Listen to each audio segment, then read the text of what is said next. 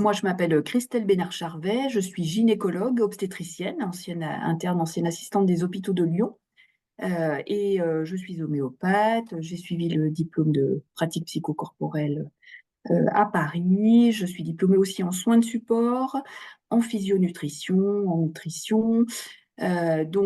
Juste pour dire que j'ai un peu cette corde de médecine intégrative depuis presque le début de mes études de médecine. Et je suis présidente donc, du Centre Ressources Lyon, qui est une association qui accompagne des personnes atteintes de cancer à Lyon.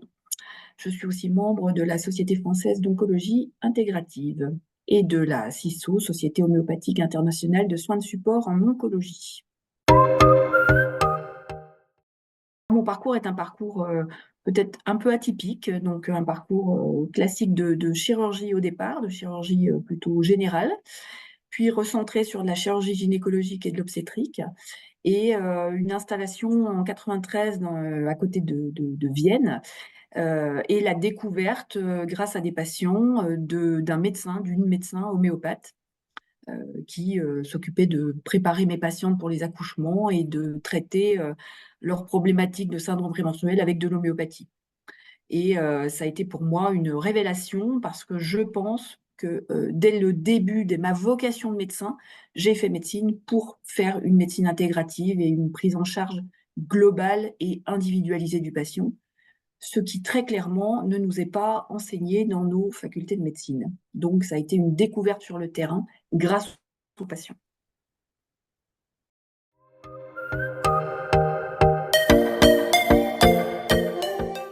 C'était une rencontre avec Véronique Souissa. Moi, je suis aussi consultante pour les laboratoires Boiron, et donc Véronique était venue rencontrer les laboratoires. Et moi, j'ai eu l'occasion d'assister à cette réunion.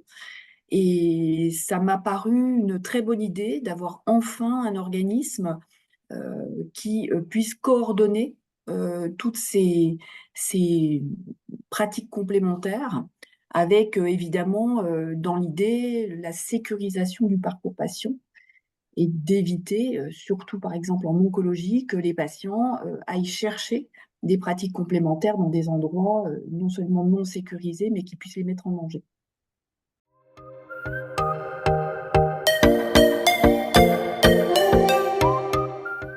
Sur la santé intégrative, ce que je peux dire, c'est que même encore actuellement, lorsque je parle de médecine intégrative et encore plus de santé intégrative à des collègues médecins, ils me regardent avec, j'allais dire des yeux de merlan-frit, c'est-à-dire que on est dans un pays en fait où on a toujours l'impression de faire mieux que les autres. C'est le monde français est assez arrogant vis-à-vis de l'international. Et moi qui vais dans des congrès en international, je suis allée dans un congrès au fin fond de la Colombie, il y a, à mon avis, déjà bien 7-8 ans. Et il y avait 800 médecins qui venaient entendre parler de médecine intégrative. Quand je suis rentrée en France, j'en parle au premier médecin que je croise, et là, il me dit, mais c'est quoi la médecine intégrative? Et j'ai dit, waouh, waouh, médecine intégrative, c'est 1900, dans les années 90, et en France, 90% des médecins ne savent pas ce que c'est, alors que les patients, eux, commencent à le savoir.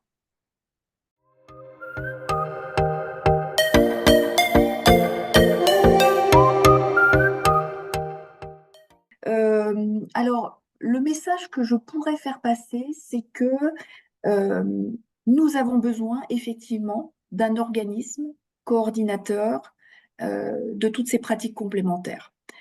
Et que l'idée, c'est évidemment de faire participer les patients, le grand public, à la construction en fait de cet organisme et à son mode de fonctionnement. Moi, je crois beaucoup à une démarche participative, et en fait, si on fait ça, on le fait pour les patients, on ne le fait pas pour nous.